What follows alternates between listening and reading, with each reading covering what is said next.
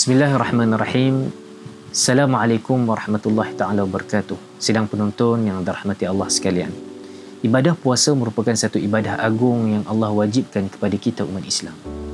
Allah Subhanahu wa ta'ala bukan saja menjanjikan ganjaran dan kelebihan luar biasa yang kita akan dapatkan di akhirat nanti.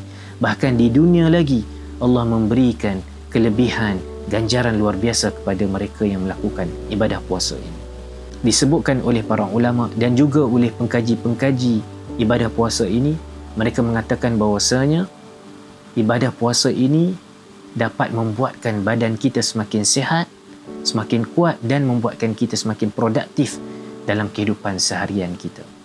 Kalau kita lihat, Nabi Muhammad SAW telah mengisyaratkan perkara ini 1400 tahun dahulu. Seperti mana yang diriwayatkan oleh Al-Imam Tirmizi dalam kitabnya Al-Jami'. Sabda Rasulullah sallallahu alaihi wasallam, "Ma mala'a ibnu Adam wi'aan syarran min batni, bihasbi ibni Adam luqaymat yuqimna sulbahu." Perut merupakan satu anggota yang paling bahaya yang diisi oleh anak Adam. Cukuplah untuk anak Adam itu mengambil beberapa suap makanan untuk menegakkan tubuhnya. Nabi telah mengisyaratkan kepada kita melalui hadis ini bahawasanya perut ini kita perlu menghadkan pengambilannya. Sekiranya kita banyak ambil makanan, maka di situlah datangnya penyakit. Pengkaji-pengkaji di dunia barat juga telah menyebutkan tentang perkara ini. Sebagai contoh, seorang doktor daripada Jerman yang bernama Dr. Otto Bochinger, dia telah menubuhkan satu pusat rawatan berteraskan puasa. Pusat ini telah ditubuhkan 1920 Masihi sehingga sekarang masih lagi beroperasi. Banyak kajian dilakukan oleh pusat rawatan ini, bahkan di antaranya beliau mengkaji bahawasanya puasa ini adalah satu proses mula jadi untuk merawat penyakit-penyakit kronik dalam badan kita. Selain itu, puasa dapat menetralkan tekanan darah dalam badan kita dan mengurangkan kadar gula dan sebagainya. Seorang pengkaji lain, Dr. Michael Mosley, juga telah menulis satu buku yang sangat famous, iaitu The Fast Diet. Yang menariknya, dalam buku ini beliau menyebutkan teori 5-2 diet, iaitu berpuasa 2 hari dalam seminggu, 5 hari tidak puasa dan 2 hari berpuasa.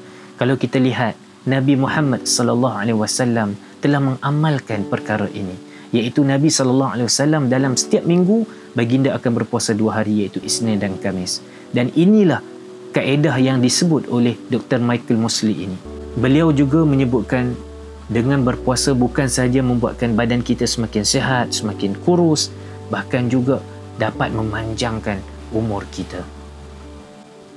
Baik, apa pengajaran yang kita boleh dapat daripada apa yang kita bincangkan pada hari ini? Yang pertama, supaya kita bertambah semangat kita dalam melaksanakan ibadah puasa ini. Kerana apa?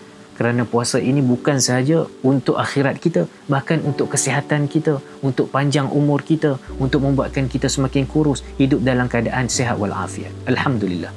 Mudah-mudahan kita bertambah semangat. Yang kedua, semoga kita semakin bertambah syukur kita kepada Allah Azza wa Jal, kerana Allah SWT telah menjadikan di setiap ibadah kita ada kebaikan untuk diri kita. Alhamdulillah. Yang terakhir, supaya kita dapat cek, adakah ibadah puasa yang kita lakukan selama ini membuatkan badan kita semakin sihat. Jika kita rasa semakin slow, semakin mandom, semakin rasa malas, maka di situ ada permasalahan dalam pemakanan kita, sama ada sewaktu sahur ataupun sewaktu kita berbuka puasa. Mungkin kita ambil kuantiti yang lebih, kita balas dendam. Nabi SAW buka puasa dengan rutab, buka puasa dengan tamar. Yang kita buka juga dengan rutab tamar, tapi selepas tu kita tambah lagi. Jadi atas sebab tu kita makin lemah lah, sebab kita tak ikut cara yang betul dalam berbuka puasa. Jadi bila mana kita dapat tahu perkara ini, kita dapat cek.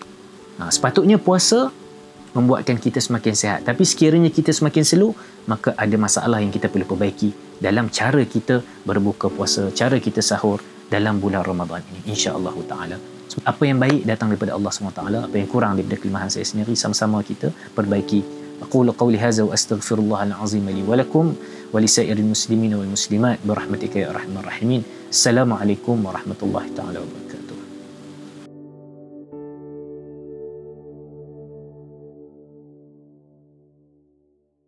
Bersama membina masyarakat.